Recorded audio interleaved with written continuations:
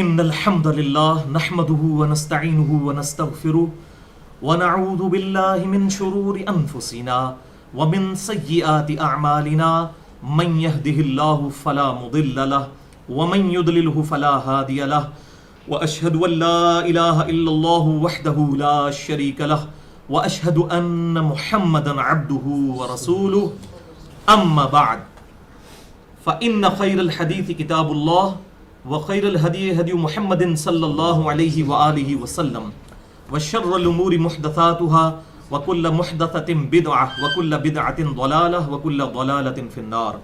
أعوذ بالله السميع العليم من الشيطان الرجيم من همزه ونفخه ونفثه. بسم الله الرحمن الرحيم. رب اشرح لي صدري ويسر لي أمري واحلل عقدة من لساني يفقهوا قولي. بسم الله الرحمن الرحيم. ان اللہ وملائکتہ یصلون علی النبی یا ایھا الذین آمنوا صلوا علیہ وسلموا تسلیما. اللہم صل علی محمد وعلی آل محمد کما صلیت علی ابراہیم وعلی آل ابراہیم انک حمید مجید. اللہم بارک علی محمد وعلی آل محمد کما بارکت علی ابراہیم وعلی آل ابراہیم انک حمید مجید.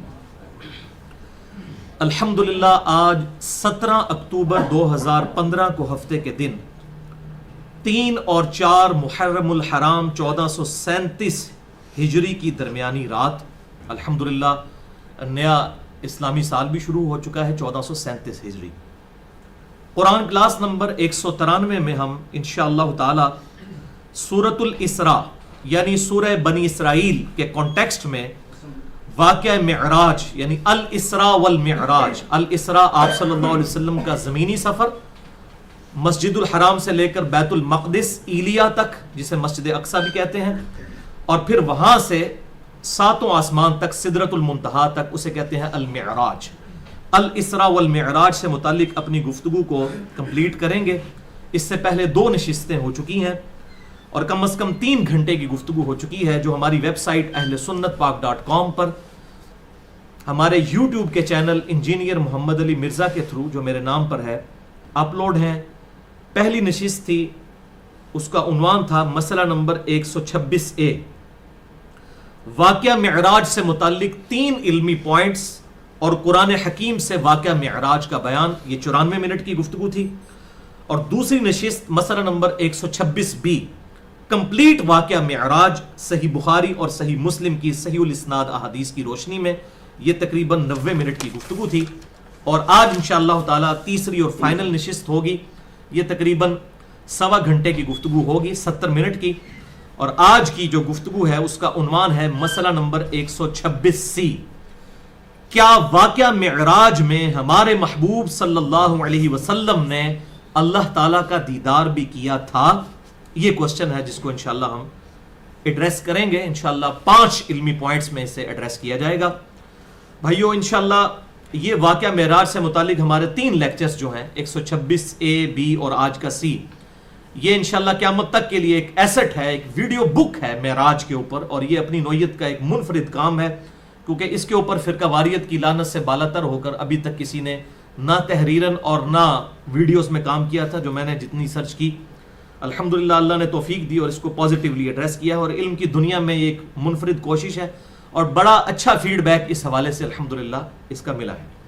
آج بھی انشاءاللہ تعالی جتنی آیات اور احادیث آئیں گی انشاءاللہ میں ان کے مکمل ریفرنسز دوں گا اور خصوصاً جو کرٹیکل احادیث ہیں ان کے نمبرز انشاءاللہ علماء حرمین بیروت اور دارالسلام کی انٹرنیشنل نمبرنگ کے مطابق دوں گا جس کے مطابق پوری دنیا میں عربی کتب شائع ہوتی ہیں اور مکتبۃ شاملہ میں بھی جو عربی کتب موجود ہیں ان کے نمبرز بھی اس کے مطابق ہوتے ہیں الحمدللہ. پھر بھی اگر کسی کی کوئی کیوری ہو تو لیکچر کے اینڈ پہ سوال کیا جا سکتا ہے. لیکچر کے دوران کسی کو سوال کرنے کی اجازت نہیں ورنہ ہماری گفتگو کا ڈیکورم ڈسٹرب ہو جائے گا. اور بعد میں بھی میرا ای میل ایڈریس ہے mirza_95@yahoo.com. جس کسی کی کوئی کیوری ہو اب وہ اس پر سوال کر کے جواب لے سکتا ہے انشاءاللہ تعالی. تو یہ آج کی جو حساس ترین گفتگو ہے یہ 5 علمی پوائنٹس پر مشتمل ہے اور یہ الٹپ نہیں ہے, ایک انٹلیکچوئل ترتیب کے ساتھ ہیں, ایٹ رینڈم نہیں ہے اور انشاءاللہ یہ فرقہ واریت کی لعنت سے بالا تر ہو کر ہوں گے, بلکہ فرقہ واریت کو 3 طلاقیں دیتے ہوئے اور 4 تکبیریں پڑھ کر دفناتے ہوئے انشاءاللہ یہ آج کی گفتگو ہوگی. اور میں آپ کے انٹرسٹ اور دلچسپی کے لیے اس کا بلیو پرنٹ شروع میں ہی بتا دیتا ہوں کہ 5 علمی پوائنٹس ہم ڈسکس کریں گے اس کانٹیکسٹ میں. ان 5 کے عنوانات سن لیں انشاءاللہ. یہ 1.25 گھنٹے کے اندر گفتگو ہماری کمپلیٹ ہو جائے گی.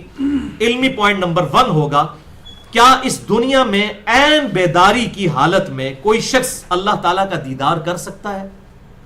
علمی پوائنٹ نمبر 2, کیا آخرت میں یعنی جنت میں اہل ایمان کو اللہ تعالیٰ کا دیدار نصیب ہوگا؟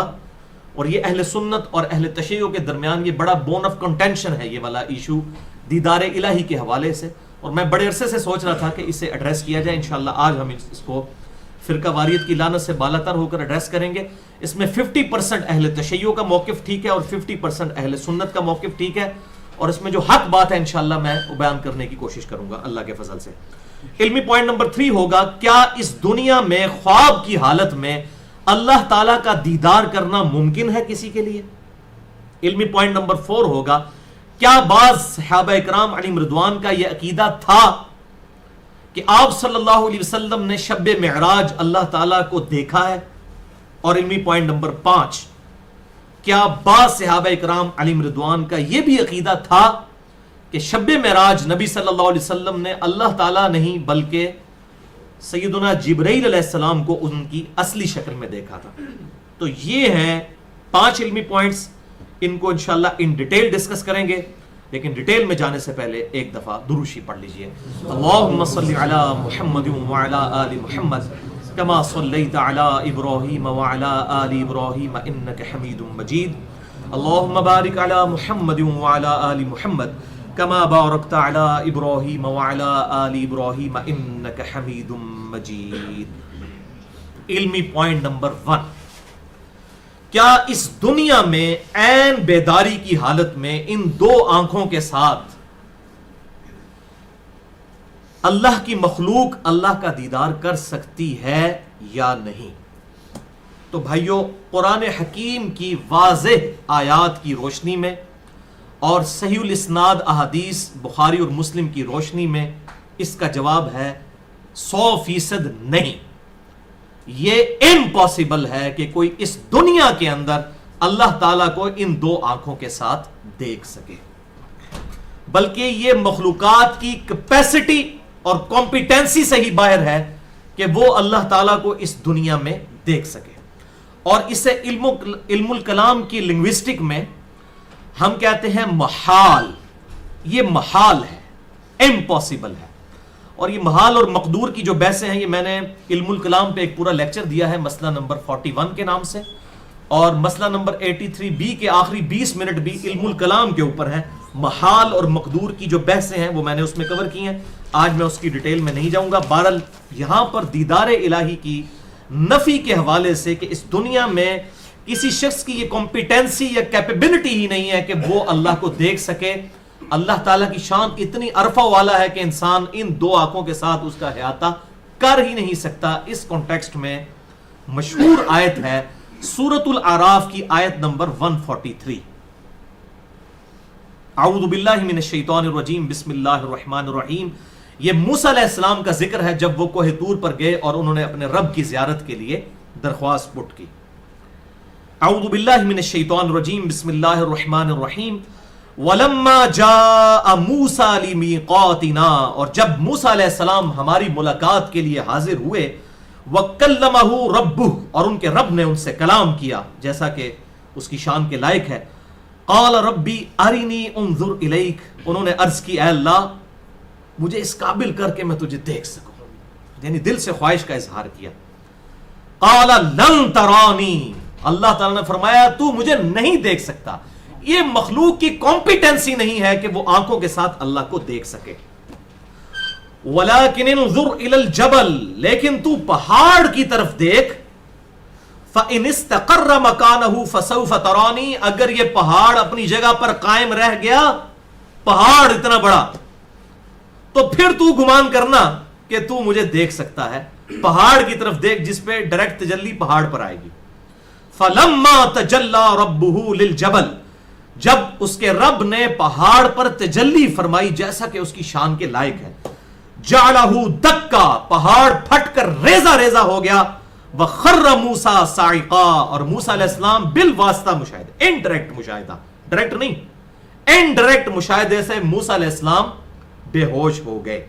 فلما افاقا، جب ان کو افاقہ ہوا، یہ پنجابی اور اردو میں بھی لفظ استعمال ہوتا ہے، افاقہ ہوا، فلما افاقا، جب ان کو افاقہ ہوا، قال سبحانک، انہوں نے کہا اللہ تو پاک ہے، تبت الیک، میں تیری طرف رجوع لاتا ہوں، وانا اول المؤمنین، اور سب سے پہلے میں سر تسلیم خم کرتا ہوں، مؤمن ہوتا ہوں، یعنی میں بغیر دیکھے تجھے مانتا ہوں۔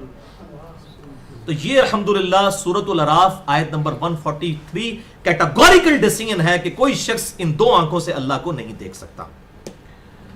اور اسی آیت کے کانٹیکسٹ میں معتزلہ کے رد پر بھی میں ایک بات کر دوں، سورۃ الحشر کی آیت نمبر 21 ہے، کلام متکلم کی صفت ہوتا ہے۔ اہل سنت اور اہل تشیع کا اجماع ہے اس بات پر کہ یہ اللہ کی کتاب اللہ کی مخلوق نہیں ہے، بلکہ یہ اللہ کا کلام ہے، یہ غیر مخلوق ہے۔ اسی پہ احمد بن حنبل المتوفا 241 ہجری کو کوڑے کھانے پڑے اسی سٹانس کے لیے۔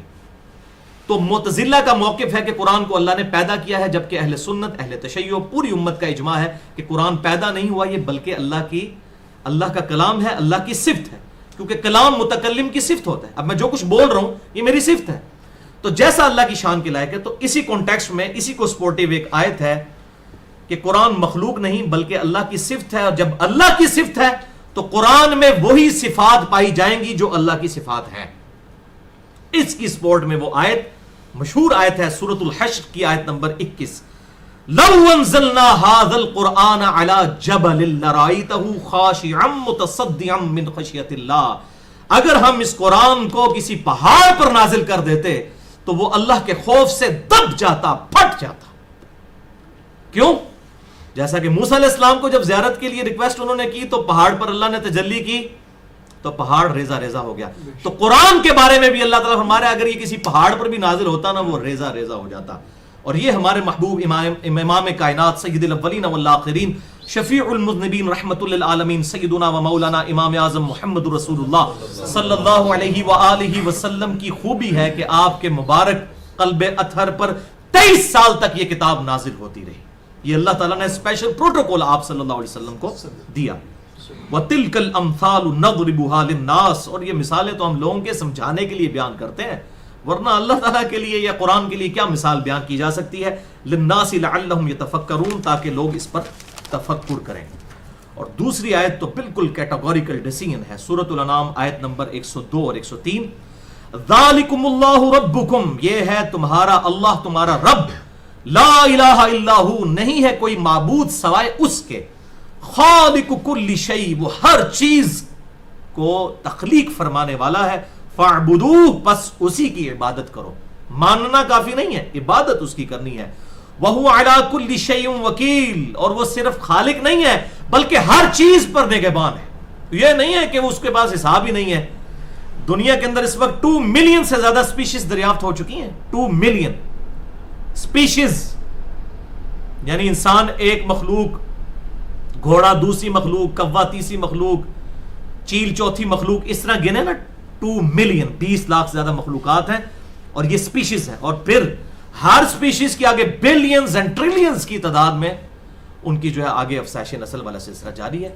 تو اللہ تعالیٰ فرما رہا ہے صرف پیدا نہیں کیے ہیں بلکہ کیا ہے، وَهُوَ عَلَىٰ كُلِّ شَيْءٍ وَكِيلٌ، ہر چیز پر وہ نگہبان بھی ہے، ہر چیز کا رزق بھی پورا کر رہا ہے۔ مسئلہ نمبر 103 میرا دیکھ لیں، اللہ کی طرف سے تقدیر کا مسئلہ اور رزق کی تقسیم کا مسئلہ کیا ہے؟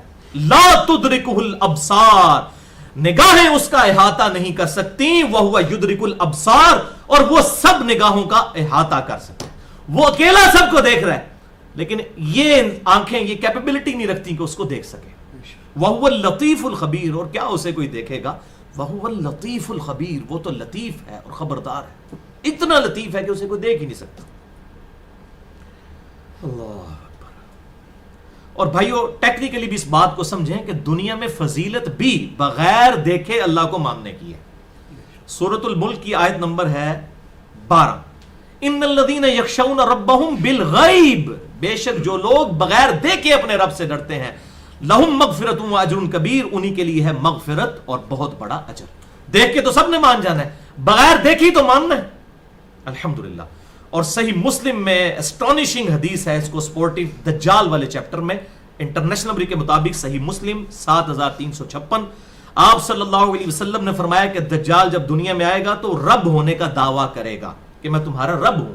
تو آپ صلی اللہ علیہ وسلم نے فرمایا تعلموا انه لن يرى احد منكم ربه عز وجل, آگاہ ہو جاؤ, خوب یہ بات جان لو کہ تم میں سے کوئی شخص اپنے رب کو دیکھ ہی نہیں سکتا حتی یموت, یہاں تک کہ اسے موت آ جائے.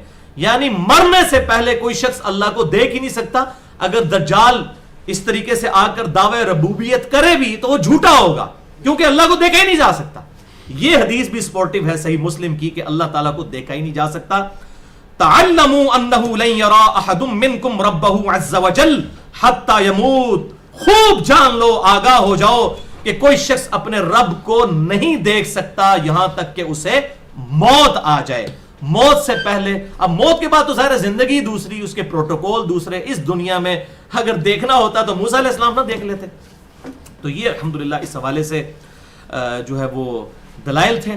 اب لیکن اس کے برعکس صوفیاء نے جو ہے وہ من گھڑت عقائد اور نظریات پبلک کے اندر عام کر دیے. اب ان کو کوئی پوچھنے والا نہیں کہ بھائی یہ جو تم آپ عقائد بیان کر رہے ہو امت کے اندر, کسی آیت میں موجود ہوں, کسی حدیث کے اندر موجود ہو, کوئی نہیں.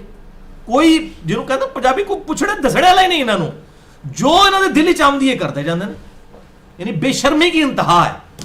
اور اس حوالے سے میں انصاف کروں گا, یہاں پر 2-3 چیزیں بیان کر دوں صوفیاء کے حوالے سے. کشف المحجوب جو باقاعدہ دنیا میں پہلی کتاب لکھی گئی تصوف پہ فارسی زبان میں, عربی میں تو رسالہ قشیریہ لکھی علی بن عثمان حجویری کے استاد ابو القاسم قشیری المتوفہ 465 ہجری نے, اور علی بن عثمان حجویری جنہیں المعروف داتا گنج بخش بھی کہا جاتا ہے, جو کہنے والے ہیں, میں نہیں کہہ رہا, مشہور, المتوفہ 465 ہجری, یہ بھی 465 ہجری میں فوت ہوئے. انہوں نے کتاب لکھی ہے کشف المحجوب.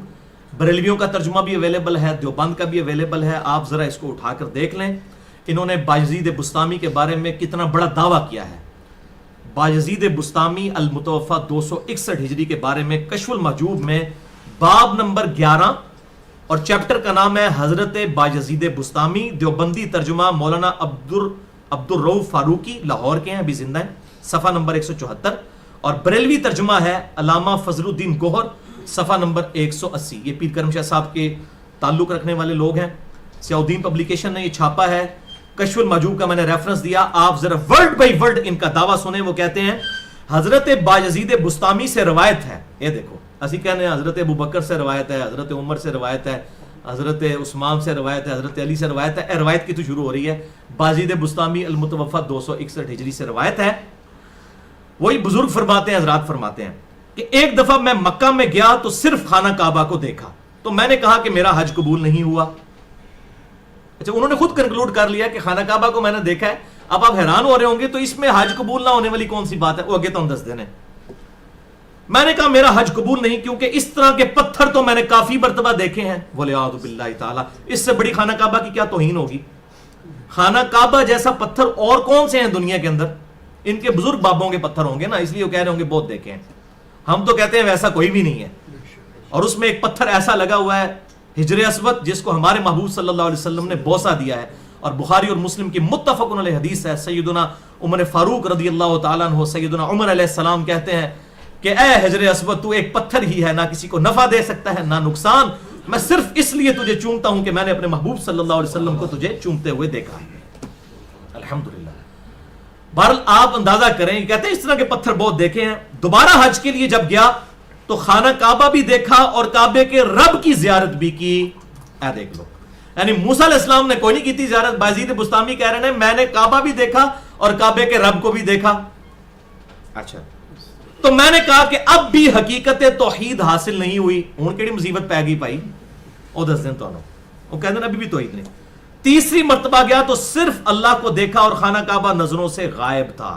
وہ کہتے ہیں کعبہ بھی نظر آنا چاہیے تھا. اے ویسے آپ جذبات کی اگر رو میں دیکھیں تو بڑی میٹھی میٹھی باتیں ہیں. جذبات میں تو بہت کچھ میٹھا میٹھا ہے, لیکن یہ جذبات کا معاملہ نہیں ہے, یہ علمی دلائل کا معاملہ ہے.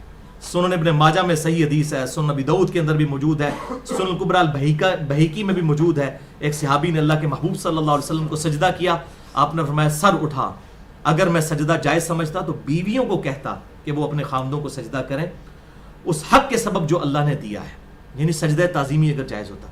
آپ نے نہیں فرمایا عشق دے چلے نمبر لے گئے عقل والے ہیں انجے ہی عمرہ گالیاں اے تے انہوں گل کرو کہندے نے عشق دیاں گلاں نے پائیو عشق نہیں سی. اللہ دے نبی نو سجدہ کرنا کیا عشق نہیں ہے؟ آدم علیہ السلام کو فرشتوں نے نہیں سجدہ کیا، لیکن اس شریعت میں جب چیز حرام ہو گئی ہوں عشق دے چلے نمبر نہیں لے گئے، عشق دے چلے جڑے ایتھے بھی مارے گئے تے اگے بھی انشاءاللہ مارے جان گے. عقل دے چلے او چلے نہیں ہوندے.